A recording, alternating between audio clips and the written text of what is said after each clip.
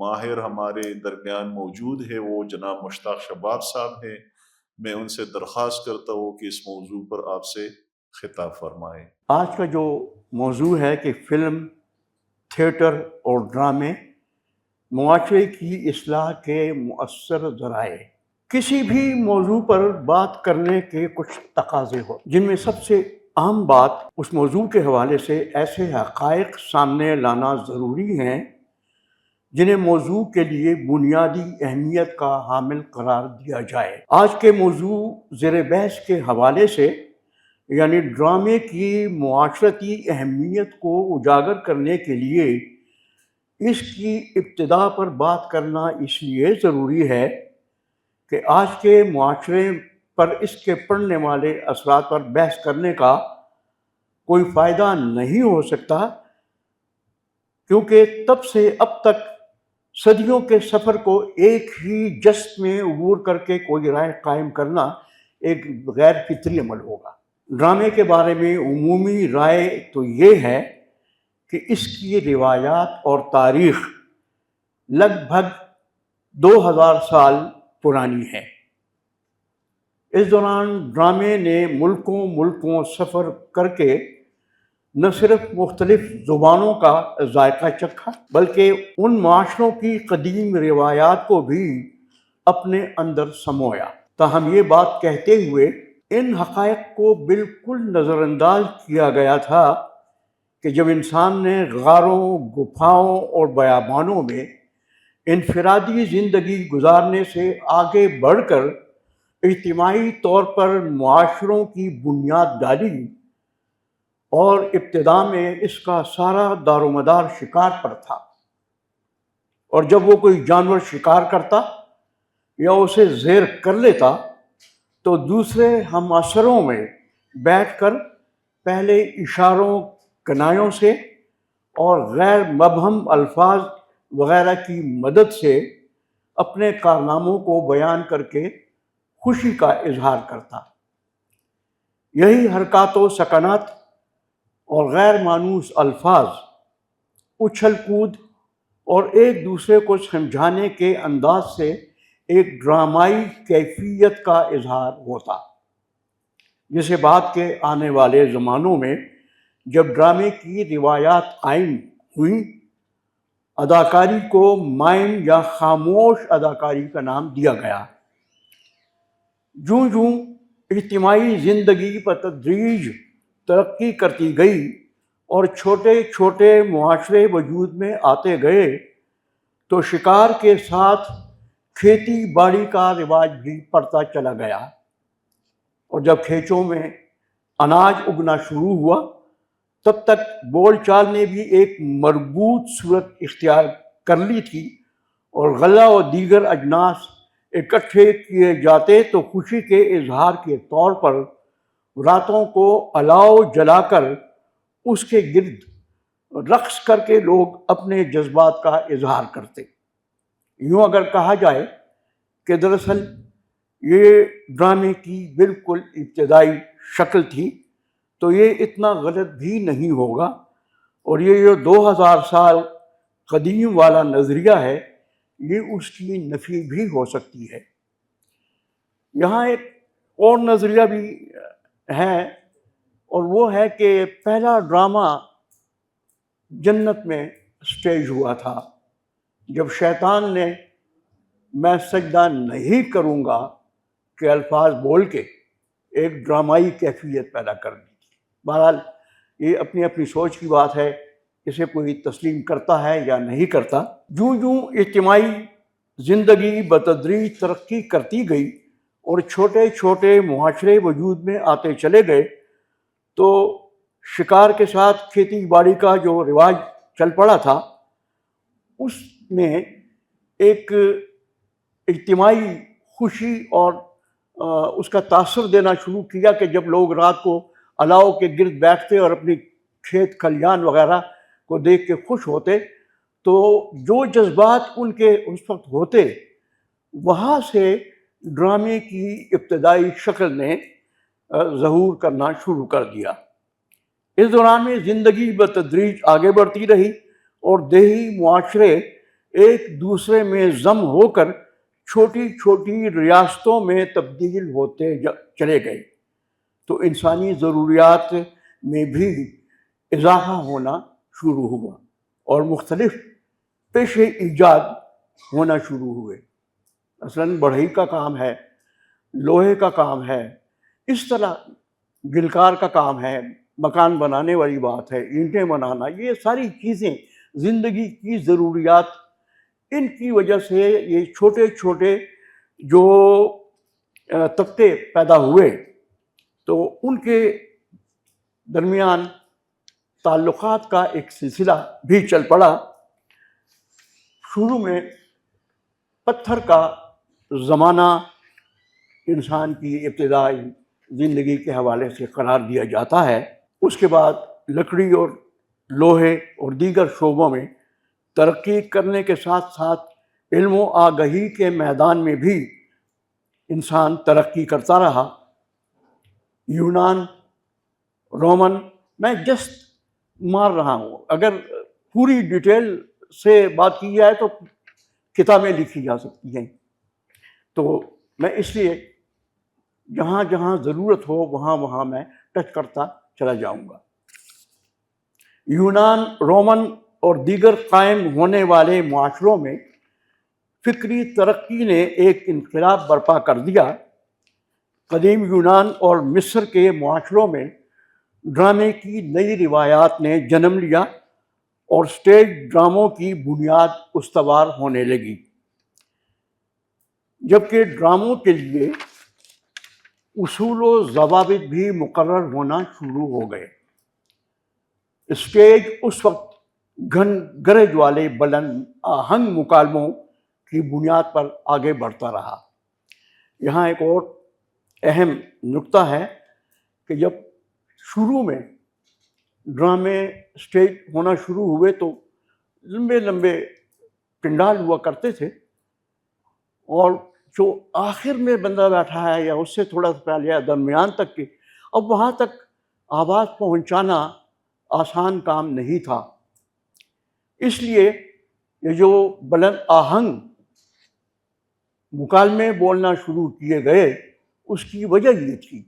ایک اور کمال کی بات یہ ہے کہ اس زمانے میں انسانی ذہن نے کتنی ترقی کر لی تھی کہ جو سٹیج تھا اس کے آگے 300 فٹ طویل اور چوڑا، اور جتنا سٹیج کا حصہ ہوا کرتا تھا اتنا لمبا تالاب بنا لیا جاتا تھا، اس میں پانی بھر دیا جاتا تھا۔ تو جب کوئی ایکٹر اپنا ڈائلاگ بولتا تو وہاں جو موجود پانی ہوتا اس تالاب میں، وہ اس کے لیے ہم استعمال کرتے ہیں لفظ سائنس میں موسل، تو وہ موسل کا کردار ادا کرتا، اور وہ ڈائلاگ جو تھے وہ اس پانی کے اوپر تیرتے ہوئے آخر تک پہنچ جاتے۔ جس زمانے میں ریڈیو پاکستان چترال بطور اسٹیشن ڈائریکٹر تعینات ہوا، تو جو ہمارا اسٹیشن وہاں ہے اس کے علاوہ مجھے وہاں کے جو مقامی لوگ تھے انہوں نے بتایا کہ چیو پل سے آگے جا کے جب واپس ہم مڑتے ہیں تو ایک جگہ تھی، انہوں نے کہا جی پہلے اسٹیشن یہاں پہ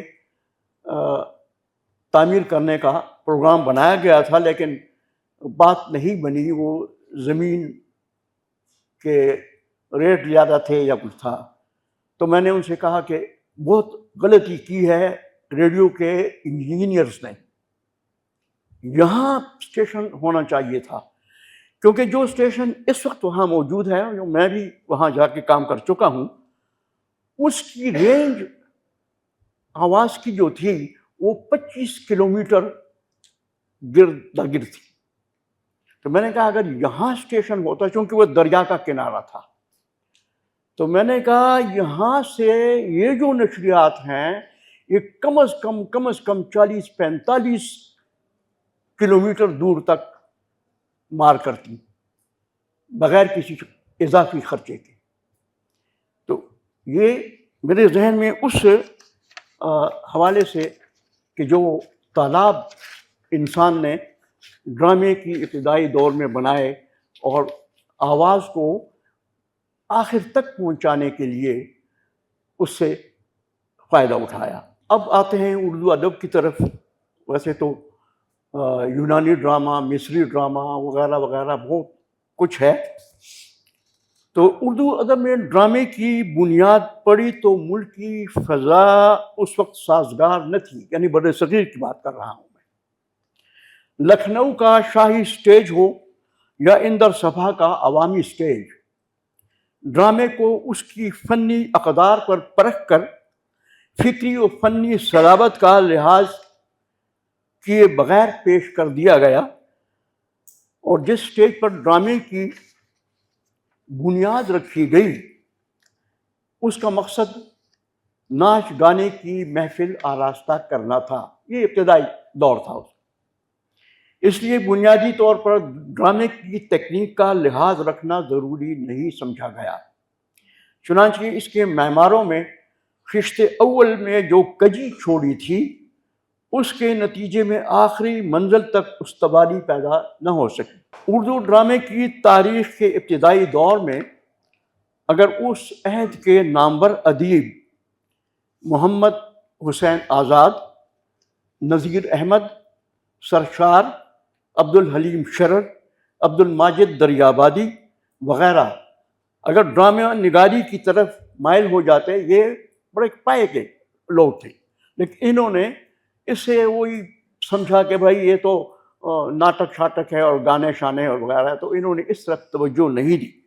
تو اگر وہ اس طرف توجہ دیتے تو یقیناً آج ڈرامہ کسی اور مقام پہ ہوتا، یا پھر اندر صفا کے بعد اگر ہماری روایت جدید مغربی ڈرامہ نگاروں کے فنی شاہکاروں کی بنیاد پر آگے بڑھ سکتی۔ مثلاً ابسن اور برنارڈ شاہ کے ڈراموں کو اردو میں منتقل کر کے سٹیج کیا جا سکتا، اور تبازات ڈراموں کے پلاٹ قومی تہذیب و معاشرت کا آئینہ دار ہونے کے ساتھ ساتھ فنی و فکری گہرائیوں میں مغربی ڈراموں کی تقلید کرتے تو اردو ڈرامے کی تاریخ اور اس کی روایات بدلی ہوتی۔ اردو سٹیج ڈرامے اور یہ جو تھیٹر وغیرہ تھا، اس نے تمام تخلیقی فنون کی طرح اس حقیقت کا مظاہرہ کیا ہے کہ فن اور ثقافت یا آرٹ اور کلچر کی کوئی زبان یا مذہب نہیں ہوتا، ان کی ایک کائناتی زبان ہوتی ہے جس کا براہ راست تعلق انسان کے دل اور دماغ کے ساتھ ہوتا ہے، اور یہی بات اردو سٹیج پر بھی صادق آتی ہے، جس کی بنیاد یونانی اور سنسکرت ڈرامے کے آثار پر ہوئی، جس نے برصغیر کے عوامی فنون و ادبیات کے مختلف شعبوں سے اثر قبول کیا۔ واجد علی شاہ کے اودھ شاہی سٹیج کی رنگ رلیوں کے بعد عوام نے اسے پروان چڑھانے کے لیے ہاتھ بڑھائے۔ پارسیوں نے اس کی لوک پلک سنواری اور عوام کی تفریح کا بہترین ذریعہ قرار دیا۔ یہ کہنا صحیح ہے کہ ڈرامے کی پیدائش کے وقت وحشی اقوام کا جنگلوں اور پہاڑوں میں بغیر ساز و سامان اور لباس و آرائش کے آگ روشن کر کے اپنی بول چال میں آوازیں نکالنا، ناچنا گانا اور کھیلنا کودنا ناٹک یا ڈرامہ ہی تھا، اور یہ سب ان کی زندگی کے عین مطابق اور وقت، موقع، محل اور حالات کی صحیح عکاسی ہوا کرتی تھی۔ ہندی ڈرامے کا عملی کردار۔ قدیم ہندی ڈرامہ نگاروں نے زبان و انشاء کو اظہار بیان کا خاص ذریعہ بنایا اور اپنے ڈراموں میں فصاحت و بلاغت کے دریا بہائے۔ ان میں سے بعض ڈرامہ نگاروں نے تو اس قدر غلو سے کام لیا کہ ان کی زبان عام تماشائیوں کی سمجھ میں آنا دشوار ہو گئی۔ مہاکوی کالی داس اور بھوبھوتی نے سلیس و شستہ انداز بیان رائج کیا۔ ان کے ڈراموں میں مکالمے زیادہ تر نثر میں ہیں، لیکن کہیں کہیں موقع محل کے لحاظ سے مؤثر اور پرجوش نظم بھی اس میں شامل ہیں۔ ان کے زیادہ تر ڈرامے فن کمالات کے اعلیٰ نمونے ہیں، جن کے مکالموں میں اس تکنیک کا پورا لحاظ رکھا گیا کہ مختلف افراد کی زبان ان کی حیثیت اور کردار ان کی مناسبت سے مطابقت رکھتی ہو۔ مثلاً ہیرو اور دوسرے خاص کردار سنسکرت میں گفتگو کرتے اور ہیروئن اور دیگر عام افراد کی زبان پراکرت یعنی اس عہد کی عام فہم زبان تھی۔ زنانہ کردار کے لیے عموماً بول چال استعمال کی گئی۔ سنسکرت کے مشاہیر میں خاص ہستیاں کالیداس، مہاراجا ہرش دیو اور بھوبھوتی ہیں۔ ان میں کالیداس کو ہر لحاظ سے اولیت اور برتری حاصل ہے۔ یہ سن 1 صدی قبل مسیح مہاراجا بکرماجیت کے عہد میں درباری کوی یعنی درباری شاعر تھے۔ ان کی کئی تصانیف لیکن ناٹک شکنتلا کو شورۂ آفاق اہمیت حاصل ہے۔ دنیا کی کئی زبانوں میں شکنتلا کے ترجمے کیے گئے۔ اس کے علاوہ وکرم اروسی بھی خاص ناٹک ہے۔ مہاراجا ہرش دیو یہ 7ویں صدی عیسوی میں قنوج کے حکمران تھے۔ خود شاعر اور انشا پرداز تھے، مگر ان کی تصانیف کو بان نامی کو کبھی اور ڈرامہ نگار کی تصانیف بھی بتایا گیا ہے۔ یعنی کہا جاتا ہے کہ یہ مہاراجا ہرش دیو نے نہیں لکھے، بلکہ اس وقت کے ایک اور شاعر اس نے یہ ڈرامے لکھے ہیں۔ بعض ناقدین کا خیال ہے کہ پنڈت دھاوک جو اس دور کے ماہر فن ڈرامہ نگار تھے، ہرش کے ناٹک ان کے زور قلم کا نتیجہ ہیں۔ واللہ عالم۔ ہرش کی تصانیف میں ناٹک رتناولی کو خاص شہرت حاصل ہے۔ اس ناٹک کو اردو میں بھی منتقل کیا گیا۔ بھوبھوتی 7ویں صدی عیسوی میں یہ بھی دربار قنوج کا خاص شاعر اور ادیب تھا۔ اس کے ڈراموں میں اتر رام چرتر اور مالتی مادھو خاص ہیں۔ سنسکرت زبان کے قدیم ناٹک فنی تکنیک میں کسی حد تک یونانی ڈرامے سے مختلف ہیں۔ ان کے عناصر اور اصول ترتیب میں بھی فرق پایا جاتا ہے۔ قدیم ہندوستان میں سٹیج اور سینری۔ بعض مبصرین کا بیان ہے کہ قدیم ہند میں کوئی عمارت سٹیج کے لیے کبھی علیحدہ تعمیر نہیں کی گئی۔ شاہی محلات میں سنگیت شالہ یعنی رقص و سرود کی عمارت ہوا کرتی تھی، جس میں گانے بجانے کی مجالس منعقد ہوا کرتیں اور یہیں ڈرامے کے لیے سٹیج سجائے جاتے۔ جیسے کہ انگلستان میں سب سے پہلا مستقل تھیٹر ملکہ الزبتھ اول کے عہد میں تعمیر ہوا، اور ایلزبتھین تھیٹر سے پہلے کوئی عمارت اس مقصد کے لیے مخصوص نہیں ہوتی تھی۔ اسی طرح ہندوستان میں مہاراجا بکرماجیت کے عہد میں باقاعدہ تھیٹر آراستہ کیا گیا، لیکن اس کو عوامی سٹیج سے کوئی تعلق نہیں تھا، بلکہ شاہی محل کا وہی حصہ اس کام کے لیے منتخب کیا گیا جس کو سنگیت شالہ کہتے تھے۔ مہاکوی کالیداس نے بکرماجیت کے زمانے میں اجین میں ایک نیا ڈرامہ شکنتلا تیار کیا، جس کو پہلی بار موسم بہار یعنی اب سے تقریباً کوئی 1800 سال قبل تمثیل کیا جانا طے پایا۔ اس پیشکش کے اعلان پر اہل اجین بے حد مسرور و نازاں تھے۔ اپنے شاعر پر فخر کر کے فرط ارادت سے پھولے نہیں سماتے تھے۔ ان کا کہنا تھا کہ سلاست زبان اور صداقت جذبات کے لحاظ سے ہندوستان کا کوئی ڈرامہ مہاکوی کے ناٹک شکنتلا کا مقابلہ نہیں کرتا۔ اس ناٹک کو مہاراج کی فرمائش اور خواہش پر شاہی محل میں تشکیل دینا قرار پایا۔ رام لیلا یہ دسہرے کے تہوار سے منسوب ہے۔ اس میں رامائن کے اس حصے کو پیش کیا جاتا ہے جس میں رام چندر جی کے بنواس کا ذکر ہے۔ بنواس کے دوران سیتا جی کو راون کا لے جانا، رام چندر جی کا لنکا جانا اور سیتا جی کو واپس لانا۔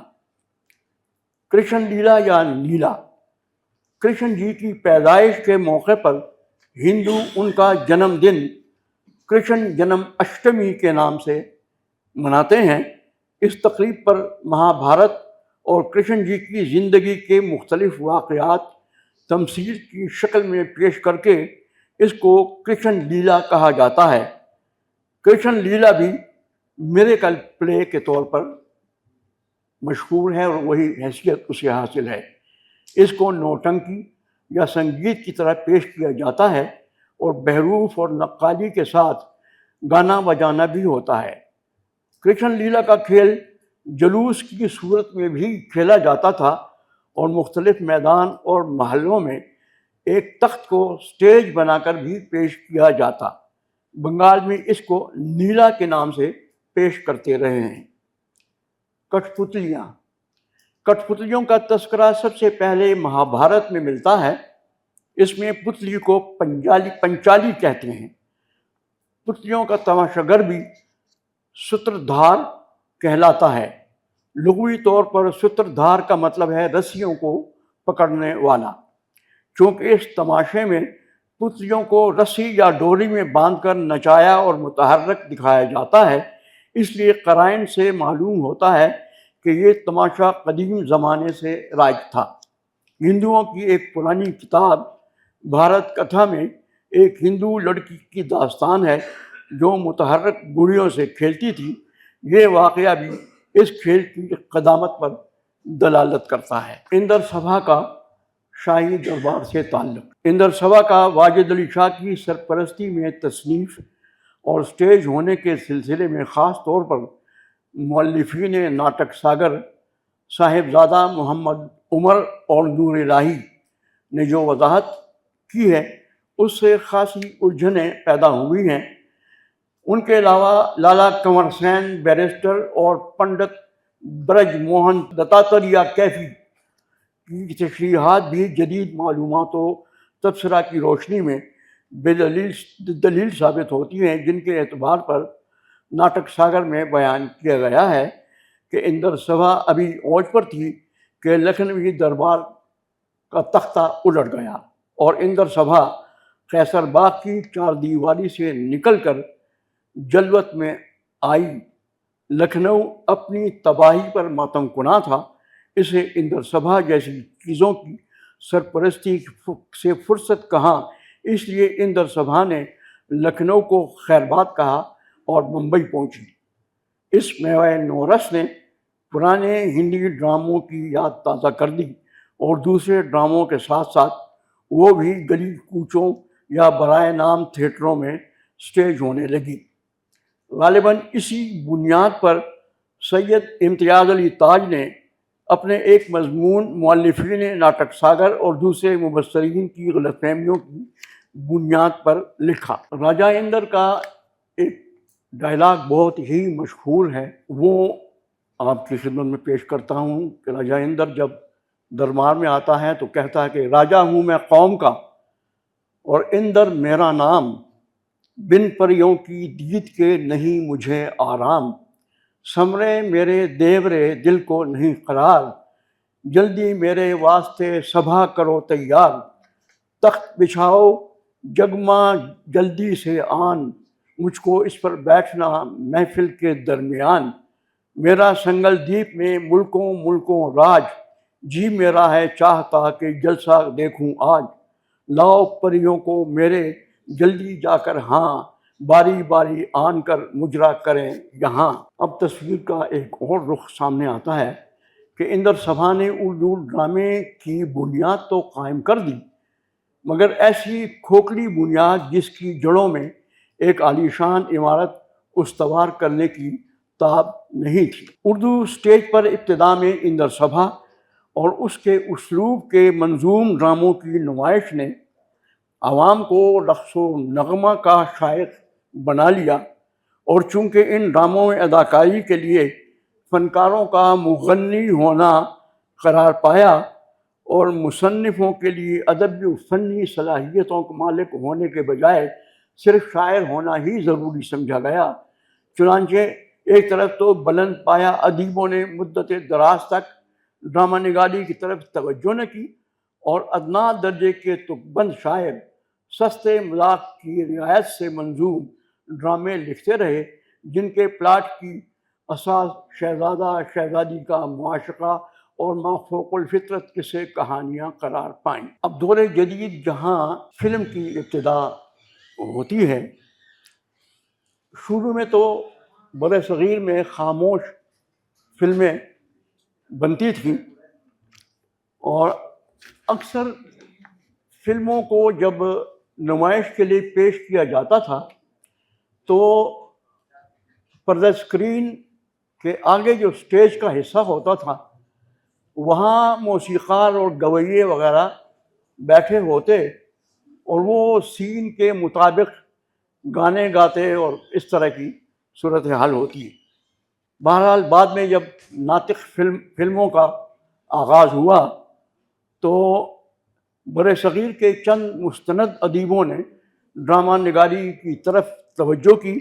انہوں نے ادبی طرز کے ڈرامے تصنیف بھی کیے اور بیرونی زبانوں کے کامیاب ڈراموں کے تراجم بھی پیش کیے، لیکن یہ دور وہ تھا کہ جب اردو اسٹیج کی شمع گل ہو چکی تھی اور اس کی جگہ فلم کی روشنی نے چکا چوند پیدا کر رکھا تھا۔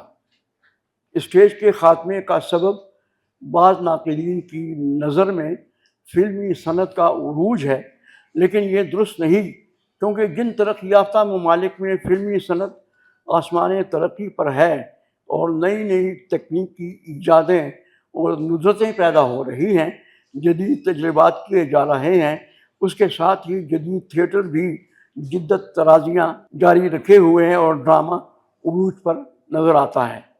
بہر صورت اگر بر صغیر میں بھی تعلیم یافتہ دور میں تھیٹر قائم رہتا اور اچھے مستند ادیبوں کی توجہ اسے میسر آتی تو اسٹیج کی تابانی بھی مانگ نہ پڑتی۔ چلیں ہم آ جاتے ہیں آپ کے موضوع کی طرف۔ ٹی وی کی نشریات شروع ہونے کے ساتھ جو ابتدائی شکل ڈرامے کی نظر آتی ہے اس میں سادگی، معاشرتی روایات، بر صغیر کے تہذیب و تمدن، تاریخی پس منظر اور خاص طور پر مذہبی اقدار کا خاص خیال رکھا جاتا تھا۔ زیادہ تر ڈرامے ریڈیو سے مستعار لے کر انہیں ٹی وی کی ضروریات کے مطابق ڈھالا گیا، تاہم بعد میں عالمی سطح کے ٹی وی ڈراموں کی تقلید میں ٹی وی پروڈیوسروں کو جدید خطوط پر اعلیٰ تربیت سے مزین کیا گیا، اور یوں قدیم اسٹیج اور ڈراموں کے مسودوں کی جگہ جدید ٹی وی ٹیکنیک پر ماہر لکھاریوں نے نہ صرف ڈرامے لکھے بلکہ فنکاروں کی نئی کھیپ بھی ان ڈراموں میں شامل ہوتی گئی۔ بھارت میں اگرچہ دور درشن کے نام سے آغاز کیے جانے والے سرکاری چینل نے بہت بعد میں کام شروع کیا، تاہم وہاں اندرسبھا اور اصولوں کے آزادانہ اور بے باکانہ طرز کی ڈرامہ روایات اور ہندو معاشرے کی آزاد خیالی نے پی ٹی وی کے ڈراموں کو پیچھے چھوڑ دیا۔ وہاں جلد ہی نجی سطح پر نئے چینل شروع ہوئے جہاں ہر قسم کے آزاد اور بے باک مکالموں کی ڈراموں کی بہتات کی وجہ سے کسوٹی زندگی کی جیسے ڈراموں نے خاندانی زندگی کی دھجیاں بکھیرنا شروع کر دی، اور ڈرامے کی ہیروئن پرینا کا بار بار دو کرداروں رشبھ بجاج اور انوراگ باسو کے ساتھ مسلسل یکے بعد دیگرے شادی کرنے سے ایک نئی طرز فکر نے جنم لیا۔ اوپر سے کہانی گھر گھر کی اور ساتھ بھی کبھی بہو 3 جیسی سیریز اور سیریل ڈراموں نے جہاں معاشرتی بندھن کو شکست و ریت سے دوچار کیا، وہیں زرق برق لباس کے چکا چوند نے بھی معاشرتی اقدار کو نئے زاویے اور ذائقے چکھنے پر مجبور کر دیا۔ اس دوران پی ٹی وی کی روایتی سادگی، معاشرتی اقدار اور مذہبی روایات پر مبنی پاکیزہ معاشرے کی تصویر بنے صاف ستھرے ڈراموں اور حالات حاضرہ، کھیل، انٹرٹینمنٹ، جسے ایک نیا نام انفوٹینمنٹ دیا گیا، کا ایک جمعہ بازار سجانے میں اہم کردار ادا کیا۔ دیگر چینلز تو بظاہر اپنے اپنے دائرہ کار کے مطابق خبروں، کھیلوں کی نشریات تک محدود رہے، البتہ ڈراموں اور انفوٹینمنٹ والے چینلز ناظرین کو تفریح مہیا کرنے میں ایک ایسی دور میں شامل ہوتے چلے گئے جہاں آہستہ آہستہ اقدار کا جنازہ نکالنے میں ایک دوسرے پر سبقت لے جانے میں کوئی کسر اٹھا نہیں رکھی، اور بھارت کے چینلز کی تقلید میں بے باکی، عریانی اور ظلمانی مکالمات کی بھرمار، جبکہ معاشرتی اقدار کی شکست و ریشت نے ان چینلز پر چلنے والے ڈراموں کو پھکڑ پن اور عریانیت کی ساری منزلیں ایک ہی جس میں پھیلانے کا سبق سکھانا شروع کر دیا۔ رشتوں کے تقدس کو پامال ہوتے ہوئے اور پاؤں تلے رونتے ہوئے بعض ڈراموں میں غیر فطری محبت، یعنی جو رشتے باہمی احترام کا باعث ہونے چاہیے، ان رشتوں نے پاکیزہ تعلقات کی زنجیریں توڑ کر باہمی نامناسب تعلقات استوار کرنے کی راہ دکھانا شروع کر دی۔ دیور بھابھی کے مقدس رشتے، سسر بہو کے پاکیزہ تعلق اور اسی نوع کے دیگر قابل احترام رشتوں کو ابتذال کا شکار کر کے ایک نئے آلودہ معاشرے کی بنیاد استوار کرنے کے حوالے سے لکھے جانے والے کردار منفی روایات کو جنم دینے کا باعث بن رہے ہیں۔